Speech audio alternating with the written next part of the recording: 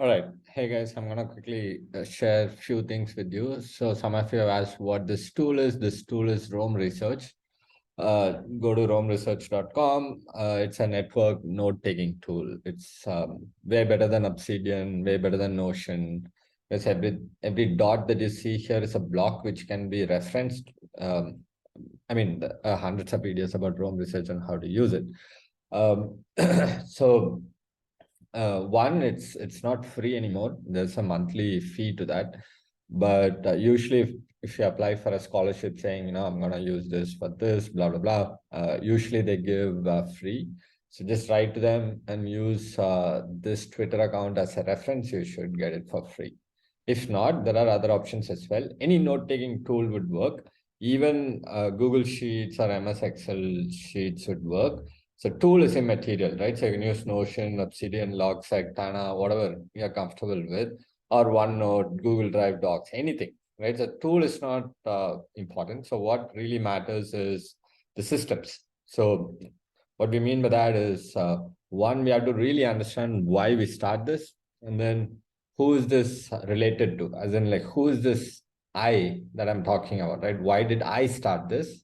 So that I is the identity. So if you can really tie this whole challenge to the person that you want to really become, and then you can really go past this 30 days easily. So then once you understand the why and who are the identity, you can use a protocol to log the 24 hours. The reason is the time we spent watching porn, masturbating, or thinking about sex and pursuing certain things, which may not be productive all the time, right? So that time kind of frees up. So what are you going to do unless you fill that time with something meaningful that's going to pull you back into the same negative thing of watching porn, jerking off, and whatnot, right? So you should really find a way to log your 24 hours so that you will clearly see how much of time is left, where you're spending, where are your kind of instigation points and stuff like that, right? So understanding the why and who, and then having a protocol to log it. Okay, so what is that protocol is what I'm going to explain. So for me, the personal reason is two things. So becoming a high value man so that I can attract high value women, a woman for pair bonding, and then to attract other high value men to collaborate on projects, right? So then there's also a neurochemical standpoint to this, abstinence, which is no fap, right? So that kind of increases your testosterone by 400%. And why is that important? So let's say you're pursuing a big goal and that's very risky. Testosterone kind of puts you into that fight mode rather than flight mode, right? And then when you're in the fight mode, you get into competition, and that's when you really achieve things. So testosterone, it is there for women as well. So good reason to follow that, right? Uh, but high value man, how do we quantify it? So that's where the next thing, what we have been working on for quite some time, wellbeingprotocol.org, that comes in. You go and check it out. We are trying to quantify well-being. So we look at well-being as a function of physiology, emotions, feelings, thoughts, habits, and performance. So that kind of gives me a log of how to tag my time. It literally comes down to that. If you guys want access to this well-being score that we are developing, let me know. I can share it with you. But for now, wellbeingprotocol.org should give you all the science and spirituality side of information. Okay, so if you go to subjective well-being, and then we look at the framework behind it, how do we measure it, what kind of physiology, what kind of emotions, what kind of feelings that we're talking about, thoughts, habits, and performance as well. I'm not going to spend more time here. So that's how we essentially measure high value men. And part of all these things is testosterone improvement, because that kind of makes you or puts you in that space where you can like really be in flow, which is 500% productivity increase, right?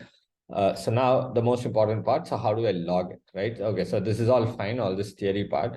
So in Rome, you have something called the templates. So I call it the value capture protocol. So which essentially is start time, end time, what did you work on, and which well-being log it kind of falls into.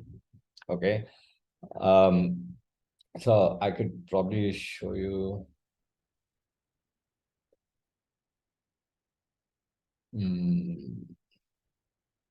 Yeah, so this is my well-being log for today. So day starts off at 5:30 a.m.